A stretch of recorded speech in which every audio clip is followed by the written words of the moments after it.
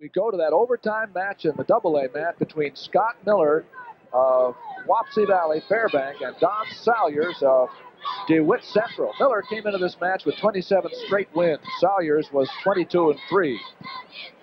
And I know that last match, Salyars scored a reversal in like the last several seconds in order to tie it up and take it into an overtime. And to give you an idea who's who here, the man on the left in the blue is Salyars of DeWitt Central. He has his back to you now. And on the right with a stripe at the side, actually wearing the tights, is Scott Miller. Scott's quite a football player too, and he comes in here with an undefeated season, and now he's wrestling a 2-minute match because it's still 0-0.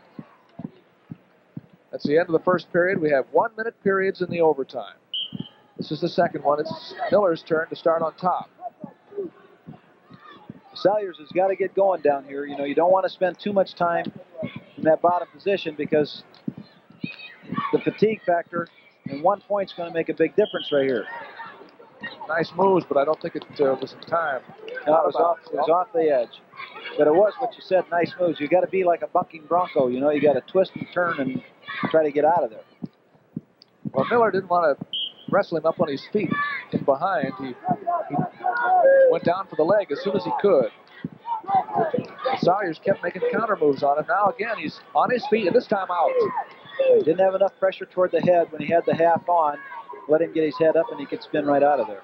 So Salyars leads 1-0 in the overtime. Second period, and just 20 seconds to go. I think you have to realize when you get big men like this, there he caught it, just slipped him by, and so he got a takedown. It's a big move because Salyars is now up by 3, and that's a lot of points to make up in this period of overtime. Especially if there's not much time here. It makes him have to do all of it in the last period.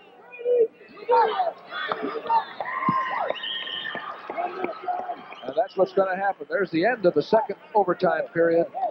Salyars, with an escape and a takedown, has gone up 3-0. Let's look at that again. There he just kind of slipped off, and you saw the takedown where he came in behind him. I was going to mention that when you get big guys like this, in overtime is especially tough because they usually don't have a lot of workout partners. So they get a little more tired because they haven't had a lot of guys to wrestle with all the time. And here you see Miller stand up, just keep turning and score the escape. Well, now he could. He needs a takedown to tie with 48 seconds to go. If he gets a takedown, we're going to be back in that same situation we were back there at 155. Yeah.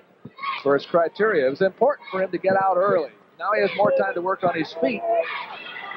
But Salyars, who has his back to you, he's now on the right, has to stay active in this position.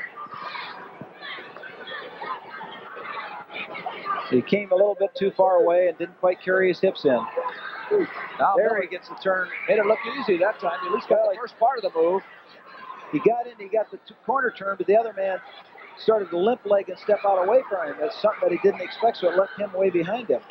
That will not score. It's out of bounds, and there are only 11 seconds to go.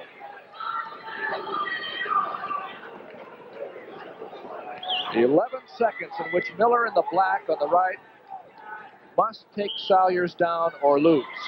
Don Salyars leads 3-1. Well, there's a warning against Salyars.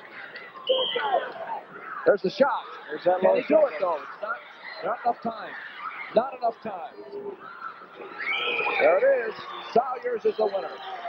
Looks like the coaches are happier than the athletes, doesn't it? Well, they're not as tired as he is. That's true. The winner is Don Salyars of DeWitt Central over Wapsi Valley's Scott Miller. In the heavyweight class, up come the award winners of the 185-pound 1A division.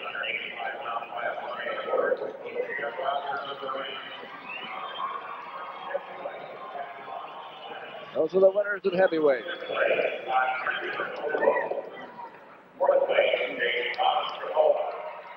A happy winner.